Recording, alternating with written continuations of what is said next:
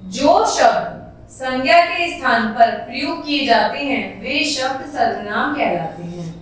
अभी तक हमने लास्ट चैप्टर में पढ़ा था संज्ञा।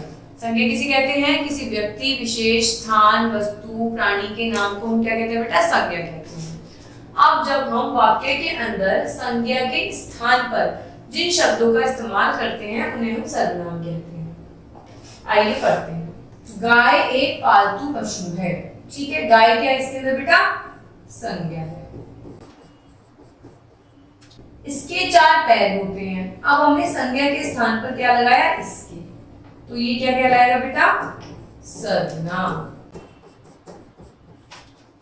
यह काले, सफेद व भूरे रंग की होती है, तो यह किसके लिए यूज हो रहा है? गाय के लिए, तो ये क्या हो गया?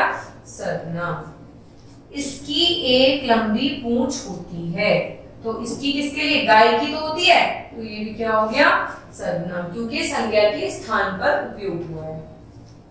यह एक पूजनीय पशु है, तो यह बच्चों क्या हो गया? सर्वनाम हो गया। यह हमें दूध देती है, यह क्या हो गया? सर्वनाम हो गया। इसके दूध से अनेकों चीज मिलती हैं, तो इसके क्या हो गया? सर्वनाम हो गया। वे सभी शब्द जो संज्ञा के स्थान पर प्रयोग किए जाते हैं वे सर्वनाम कहलाते हैं। जैसे मैं, तुम, वह, यह, उसे, उसके, उसने, इसने, इसके, आपका, हमारा, तुम्हारा, आप आदि, ये सब क्या कहलाएंगे बेटा? सर्वनाम कहलाएंगे। ध्यान रखें, बोलने वाला अपने लिए मैं या हम सर्वनाम का प्रयोग करता है। भाई जो बोलता है, जो व्यक्ति अपने लिए अगर कोई वाक्य बोल रहा है तो वो अपने लिए किन सर्वनाम का यूज करेगा? या तो मैं या फिर हम। जैसे मैं खेलने जा रहा हूँ, तो मैं क्या हो गया? उसका सर्वनाम। हम शहर जा रहे हैं, हम क्या हो गए बेटा? सर्वनाम। जिससे बात करते हैं उसके लिए हम तुम या आप का प्रयोग करते हैं। जैसे तुम क्या खा रहे हो? क्या आप स्वस्थ हैं?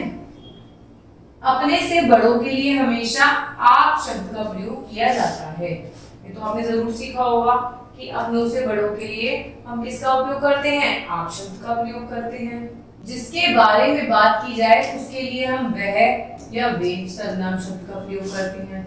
अब जैसे हम लोग गाय के बारे में बात कर रहे थे, तो हमने गाय के लिए यह, ये सब यूज करा ना। ऐसे ही हम किसी और के बारे में बात करते हैं तो वह, यह, वे, ये सब सर्वनाम यूज करते हैं। अब हम सर्वनाम के पढ़ते हैं शब्द कुछ। तू, तूने, किसने, उनका, हमें, तुम, तुमने, जिसने, जिसका, आपने, आप, उन्होंने, जिसे, किसका, जिस, वह, मुझे, किसे, आपसे, यह। तो बेटा ये सब क्या हो गए? सर्वनाम हो गए। अब पढ़ते हैं हम सर्वनाम के भेदों के बारे में कि सर्वनाम कितने भेद के होते हैं। सर्वनाम के 6 भेद होते हैं। पुरुषवाचक, निश्चयवाचक, अनिश्चयवाचक, प्रश्नवाचक, निजवाचक, संबंधवाचक। ये 6 इसके भेद होते हैं जिनके पर्पस से, जिनके बेसिस पे हम सर्वनाम का पता लगाते हैं। इनके प्रयोग समझिए। अपने लिए सर्वनाम शब्द अपने नाम के स्थान पर मैं, मैंने, मेरा, हम, हमने, हमारा आदि शब्द का प्रयोग किया जाता है। तो ये आपने पहले देखा था ना कि अपने लिए हम किसका यूज करते हैं? मैं और हम। इसके अलावा भी बहुत शब्द हैं, मैं, मैंने, मेरा, हम, हमने, हमारा। ये सब किसके लिए? ये सब सर्वनाम शब्द हैं जो हम अपने लिए यूज करते हैं। जैसे मैंने अपना काम पूरा कर लिया है, मेरी कमीज नई है, हम घूमने जा रहे हैं। तो ये सब क्या हो गया? ये अपने लिए यूज हुआ है। बात कर रहे दूसरे व्यक्ति के लिए हमने पढ़ा था तुम, तू, आप, आपका, तुम्हारा। जैसे तुम क्या ढूंढ रहे हो, तुम्हें कौन सा रंग पसंद है, आपके लिए यह फूल भेजे हैं। तो तो ये सभी क्या हो गए बेटा, सर्वनाम हो गए जब हम किसी दूसरे व्यक्ति से बात कर रहे होते हैं। अब हम जिसके बारे में बात कर रहे होते हैं उनके लिए किन सर्वनाम का उपयोग करते हैं, जैसे वह, उसने, किसका, कौन, यह आदि। जैसे वह रोज 2 दर्जन केले खा जाता है, तो हम किसी के बारे में बात कर रहे हैं ना, तो वह। जैसे ये है, ये इसके बारे में बात कर रही है, तो उन्होंने क्या यूज करा, वह। ये इसके लिए बात कर रहे हैं, तो उसने अनेक प्रतियोगिता जीती हैं। तो ये 2 बच्चे इस व्यक्ति के बारे में बात कर रहे हैं, तो क्यों कौन सा सर्वनाम यूज हुआ, उसने।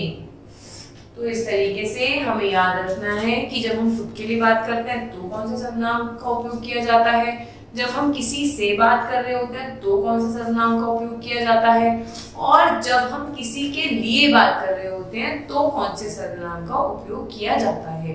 बेसिकली सर्वनाम उन्हें कहते हैं जो संज्ञा के स्थान पर उपयोग किए जाने वाले शब्द होते हैं, उन्हें हम सर्वनाम कहते हैं।